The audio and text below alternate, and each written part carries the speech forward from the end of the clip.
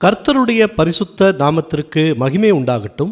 இந்த நாளிலும் கர்த்தர் நமக்கு தரக்கூடிய நல்வார்த்தை பிலிப்பியர் 4வது அதிகாரம் 19வது வசனம்.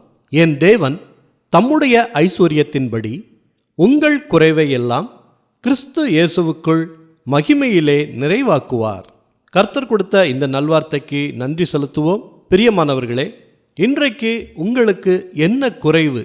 மனதிலே ஏதாவது குறைவு இருக்குமானால், இல்லை என்றால் ஞானத்திலே ஏதேனும் குறைவு இருக்குமானால், கர்த்தரிடத்திலே கேட்கும் பொழுது அவர் சம்பூரணமாய் நமக்கு கொடுக்கிறவராக இருக்கிறார். நம்முடைய தேவன் அவருடைய ஐஸ்வர்யத்தின்படி நம்முடைய குறைவுகள் என்ன என்பதை கண்டு கிறிஸ்து இயேசுவின் மூலமாக நமக்கு நிறைவாக தருகிறார். இன்றைக்கும் வேலை பார்க்கக்கூடிய மக்கள் குறைவான சம்பளம் அப்படின்னு கவலையோடு இருக்கீங்களா?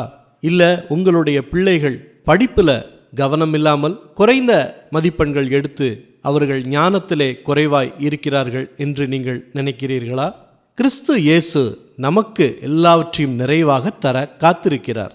ஜெபிப்போமா. நல்ல தகப்பனே, இந்த நல்வார்த்தையை நீங்கள் தந்ததற்காக நன்றி செலுத்துகிறோம். இன்றைக்கும் எங்கள் குறைவையெல்லாம் நீங்கள் அறிவீங்க. இயேசு கிறிஸ்துவின் மூலமாக எங்களுக்கு நிறைவாய் கொடுக்க போகிறதற்காக நன்றி செலுத்துகிறோம். உம்முடைய ஐஸ்வர்யத்தின்படி அதனை பெற்றுக்கொள்ள பாத்திரவான்களாக எங்களை நீங்கள் இந்நாளிலே மாற்றுங்க. எல்லா துதி கன மகிமை எல்லாவற்றையும் உமக்கே செலுத்துகிறோம். இயேசு கிறிஸ்துவின் நாமத்தினாலே ஜெபிக்கிறோம் பிதாவே. ஆமேன், ஆமேன். இந்த நல்வார்த்தையை மற்றவர்களுக்கும் பகிருங்கள். மற்றவர்களுக்கும் கர்த்தருடைய ஆசீர்வாதம் கிடைக்கட்டும். கர்த்தர் உங்களை அளவில்லாமல் ஆசீர்வதிப்பாராக.